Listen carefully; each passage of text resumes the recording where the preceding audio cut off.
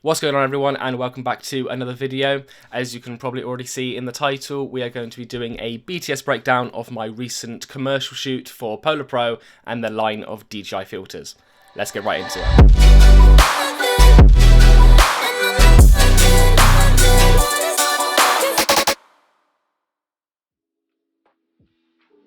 So I've been really excited to put this BTS video together because it's kind of a video of firsts. It's my first time doing a BTS breakdown. It's my first time doing a proper commercial shoot. It was my first time doing pre-production. There was just a lot of firsts happening today, and I just wanted to compile that into one video here today and tell you all about how my commercial shoot went. So I'm going to leave timestamps all along this video, but essentially we're going to start with the story that I had for this commercial and how it all came to be with Polar Pro. I'm then going to go over pre-production, so that's going to include storyboarding, the gear that I used, the team, and also the locations that we went to.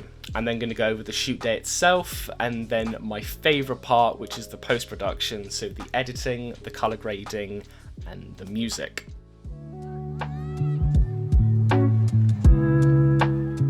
So Polar Pro has been a client of mine for the past 2 to 3 years now, and the most recent shoot, apart from this one, that I did is I went to Snowdonia to shoot some social media content. Whilst I put all that social media content together, I just had tons of footage, all shot like 16:9, that I felt I could actually turn into some sort of ad.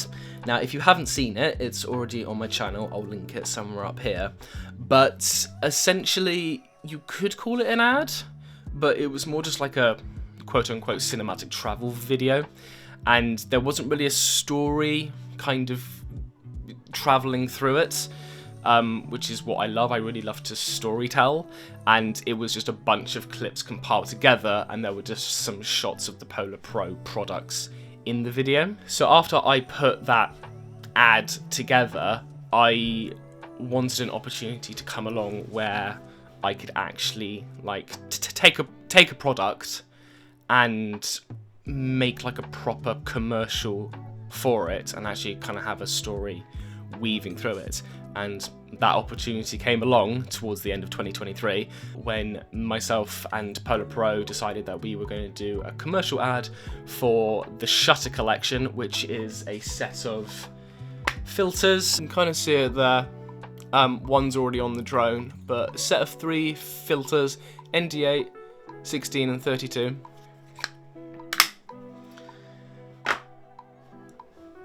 And I couldn't wait to get started.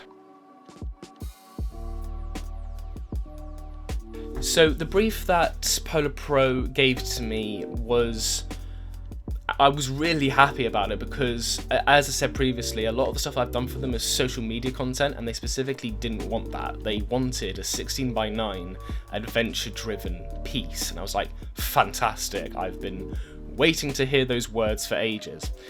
And they gave me like a few options that I could choose from, but the one that stood out to me was an adventure-driven piece where you go and grab a shot that you've always wanted to get. And I was like, fantastic, that sounds like a bit of me, because there is a shot that I've always wanted to get, and it's actually the house from Sex Education. Now, Sex Education is one of my favourite TV series of all time. I love that show.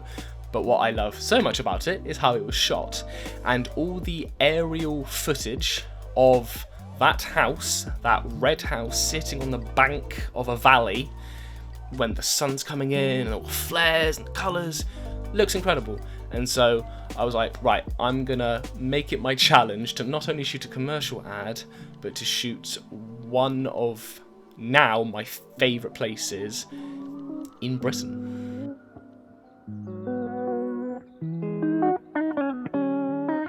So, like I said before, this is a video of firsts, and one thing that I really wanted to do was storyboard this commercial as much as I could. I went on to places like ShotDeck, which is a good way of how films are lit, not necessarily commercial, but I did go onto a site called, I think it's called Frameset, hopefully I've got that right. and that was more geared towards commercial ads and how they're shot and lit. And I also just went onto a bunch of creators that I follow, because they've got the styling that I want. That's kind of the way that I wanted to shoot it. So I'll leave a few examples on the screen here. But I took all this and I put it into Freeform, which is what I use. It's an Apple app. It's their own Apple app.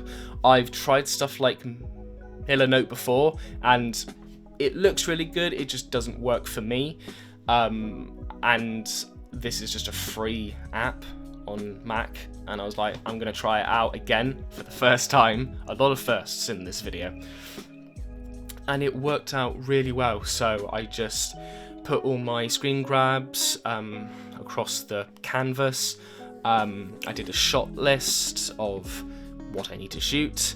I put what camera I was going to use and what lens, and if it's like a close up, or if it's a medium or a wide, all that stuff, just so it would be foolproof and that I wouldn't miss any shots when it came to the actual day.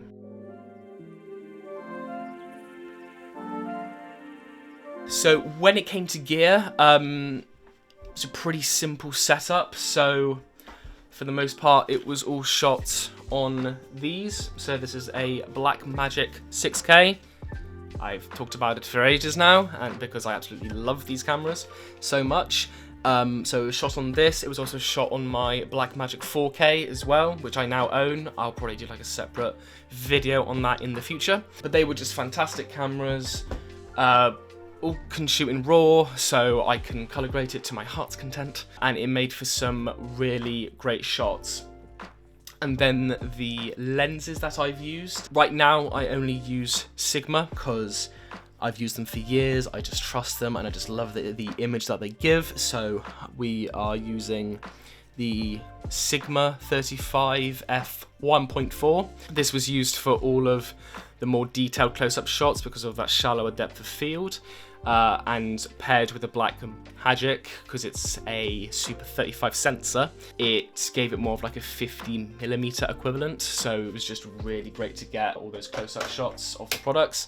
And then the main workhorse of the shoot is the one that you are looking at right now, which is a Sigma 17-70 f 2.8-4. I was able to get the really wide-angle shots and the really close-up ones. I also just want to briefly touch on the team that I assembled for this commercial shoot. So obviously we had me. I was actually in front of the camera, not behind it, so I guess you could say this was my first time directing a shoot, which I've never ever done before, and I've never been confident enough to hand my cameras to somebody else and trust their process. But that's where the team came in, because I only chose the people that I trust the most and that I love what they have shot in the past. So we had Ellis Reed. I'll leave all the details of the team in the description down below, but he was the one who was operating the Blackmagics the most. He did a fantastic job. We worked together, our communication was clear, and you know, you'll see in the behind the scenes that, you know, he was asking me to like tap him on the shoulder so that he knew when he had to start to pan and stuff like that, and that was really helpful. It's like, I would never have thought of that, and I'm glad that he brought up his own opinions on things and the ways that he wanted to shoot it. I was like, yeah, absolutely, I'm happy for you to go in any direction that you want to. For the behind the scenes, we had Lloyd Evans. He did a fantastic job. He actually made it look like really artsy, like it wasn't just someone holding a camera and just kind of tracking the person. The way that he kind of just incorporated like more like panning shots and going from behind things and then coming into frame and getting all these like abstract artsy act, like I thought it was fantastic. And then finally we had Lucas Johnson Faustino. He was the final piece of the puzzle for a POV rig that I put together, which we actually shot in Clifton because it was, the conditions at Simmons Yacht were less than I deal after the second time that we went, and so Clifton kind of looked a little bit similar. If I framed it properly, you wouldn't be able to tell. And he was operating this POV rig that I put together, which you'll see later on in the video. And he was a valuable asset. I'm glad that he came all the way down to Bristol to help me out, and we really achieved something great. So, on to the actual shoot day. Now, this might be a bit of a story, but I'll try and keep it as concise as possible. We were driving up there quite early, and it just started to absolutely hammer it down. And I literally thought I was going to have to call up the team and saying, guys, we're going to have to stop, like, everyone head home. Like, there is no point. But we stuck it out. We got all the way there. The team was assembled, and we started to head towards the location. What up? Welcome to Jackass. So the whole concept of the shoot is that it starts off with me looking at Netflix and seeing Sex Education on the screen and saying, I want to go grab that shot, and then I go grab that shot. And then because of the weather, I then started to think in my head, okay, how do I make this work? And so I said, you want to capture it in all its glory, all the sun, all that. And then you get there, and it's not quite what you were expecting. And so there's an aerial shot that we captured of Simmons Yacht, where it looks less than ideal. It looks a bit gloomy, a bit horrible. And then we've got a shot of me walking with the drone up above. Ellis, again, he had a contribution of how to frame me. He framed me in a way where like trees were kind of circling me, and it's a fantastic shot. And then you cut to like close-ups of droplets from the rain, and again, things not looking particularly sunny and nice. It's all gloomy. You've got images of me just standing around, just holding out for the sun to start to come through, and then finally the sun starts to come through and starts to bleed through the trees. So we were capturing all these shots of how the sun is casting onto things, how the sun's coming through the trees, all that sort of stuff. And then it's me just finally getting all that adrenaline in me, and I now have the energy to go and grab that shot, because when it's chucking it down, you're not really that happy. But that's the whole craft of photography and film making, is that things don't always pan out the way that you want it to, and you kind of have to spend some time just standing around, just having the patience to go, it'll come, and then as soon as it does, it's like, I was right, and then you want to go travel and go get that shot. So that's kind of what we were trying to capture, maybe like halfway through the commercial. Then we travel up to the viewing point, and I then start to open my bag, and you see the filters. And how we kind of segued into that is that even though it was gloomy and the sun comes through, you were so happy that you came prepared. Then I open the bag and you see the filters, and I was prepared. I was ready to get this shot of the Sex Education house. So we're opening the filters and we're putting the filters on the drone, and then trying to get a good shot of the drone actually flying up in the air. We did get a few shots on the Black Magics, but actually a few shots that Lloyd got on his Sony a7 IV, I just preferred the framing. So I used that in there and just tried to color grade it and match it as best as I could, and it actually turned out pretty well. And then after that, it's just a bunch of aerial shots. So again, just waiting for the light to hit properly, but also flying the drone in different conditions so that you can see how much the ND8 cuts out the light, and how much the ND16 cuts out the light, and how much the ND32 cuts out the light. I think for the most part I only used ND8 and 16. 32 was just a bit too much, but I'm sure in some situations it would be perfect.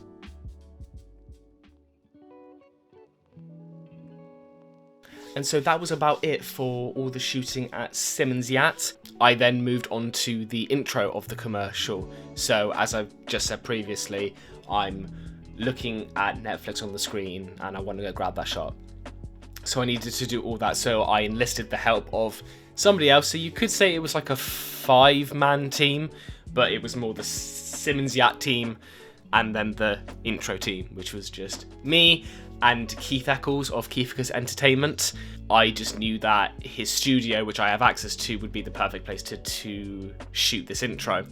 And so it was a very simple setup. It was just his computer screen in his studio, and we set up some Nanlite Pavo tubes. So we had, I think it's not from Nanlite, but he had like a decorative tube in the corner, and then I just matched that on the other side with one of the Pavo tubes. I didn't match the colour correctly on purpose. I just wanted it to look a slightly pinker, just to give it a bit more flavour and character. And then we had a little Pavo tube 6C just sat under his computer screen just to backlight me a bit more, and we put that to like a bluish teal colour, and that worked out quite well.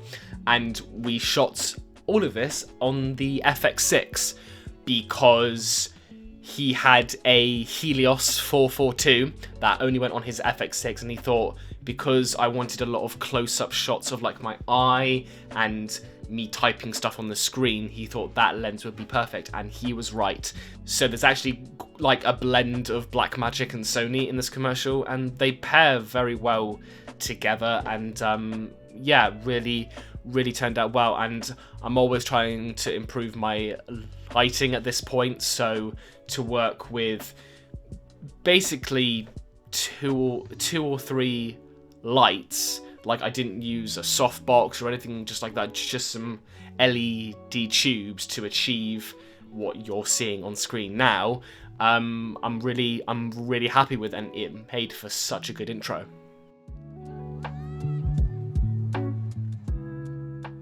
At that point, I thought I had got everything, but when I came home after, I kind of already got it into my head that I would have to do a pickup shot day, and I did have to. There was so many shots that I needed to get, but specifically the POV rig one. Now, the reason why I wanted to do that is just because I just think it's a really creative shot, and I just wanted to try it out just to see what it was like. Turns out it's a lot harder than I thought it would be, but I will explain that in a bit. So for the pickup shot, as I said previously, we went to Clifton. This was just myself and Lucas. We went up to Clifton.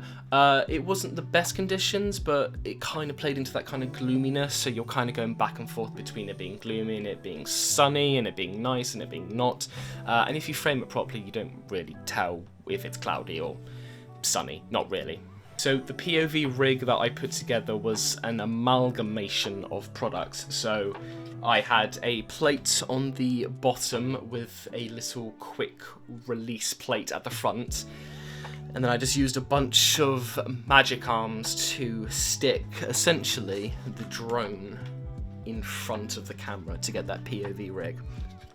And so we put that all together on the day, and it looked really good, and the footage that I got from it I was really happy with. However, the way that you usually remove like the armature from the footage is to go into Photoshop and use the remove tool.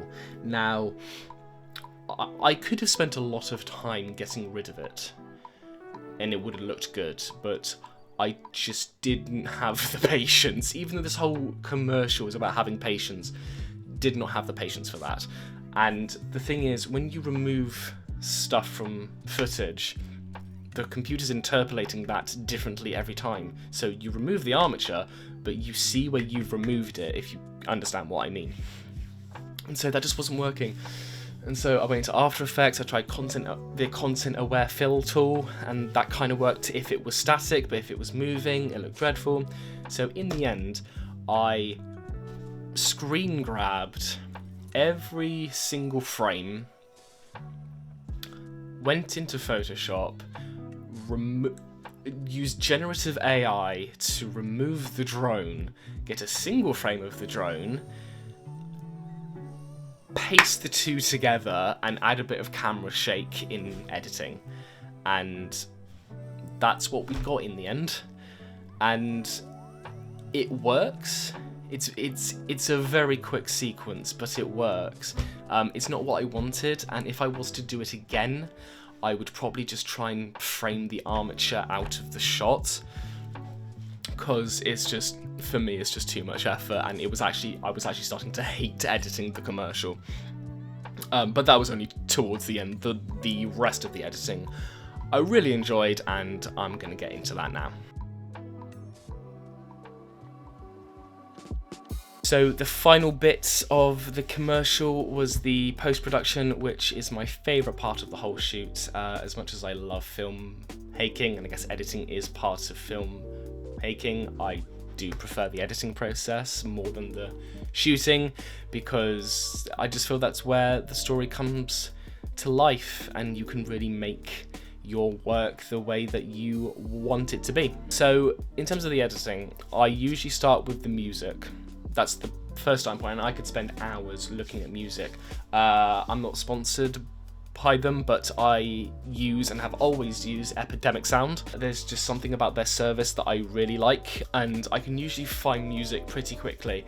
And in the end, I actually chose 2 songs because I wanted the intro to kind of start off softly, because I'm like staring at the Sex Education series and I'm going, oh, I want to shoot that shot, and then it gets into it, and then it gets a bit more moodier, and then the music starts to lift as soon as my adrenaline kicks in, and that's what I try to find with music. I don't want something that's all rise or the same, like it's just a repeated song. I want something that kind of feels like it has a story in it as well. So it starts off softly, and then it gets bigger, and then it drops, and then you kind of has to settle a little bit, and then it starts to rise again, and that's what I look for in my music. And then as soon as I got that music in place, it was just a case of just getting all the clips in and just trying to find which parts stitch together well, and just doing that for days and days and days until I'm pretty much happy.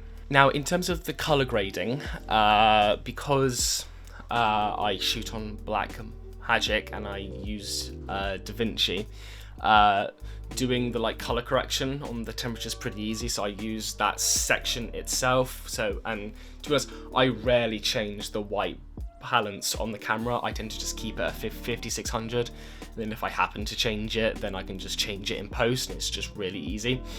In terms of my node tree, there's so many out there that you could use and that you could follow. The one that I have used is actually inspired by a fellow creator on the platform called Victor Laforteza. I hope I'm saying that right. But there's something about his node tree, I don't know if he still uses it, but one specific video that just made the most sense. So essentially you are converting your Blackmagic RAW to ARRI RAW, or REC log, I think it's called. And there's just something about that I really like. And then essentially I'm dragging a RE to Rec 709 conversion onto the tree, which is its own node, and then I adjust the exposure and the detail and the color.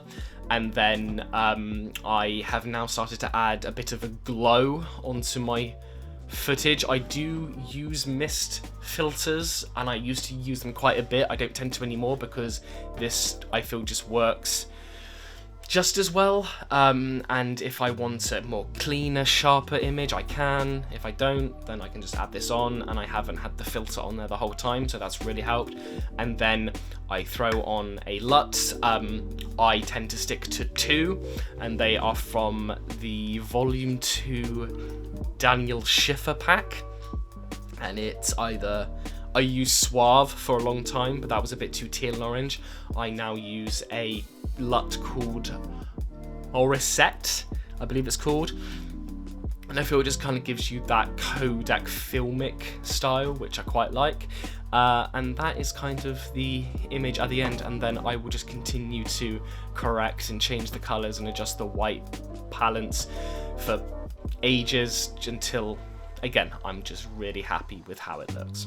So that is the behind the scenes look at my commercial for Polar Pro and their lineup of DJI filters. There's actually quite a few things that I've learned doing this commercial. One of the main things is how important a team is, because I've always very much been a solo creator and I was quite content in that, but just having the ability to hand off work to people and trust them to bring your vision to life is tricky, but I'm glad that I did it because it's achieved some great results and it just takes so much of the pressure off. I've also learned how much I enjoy storytelling and where my skills lie. So that's something that I want to lean more on heavily in 2024 is if I'm given an opportunity to go shoot something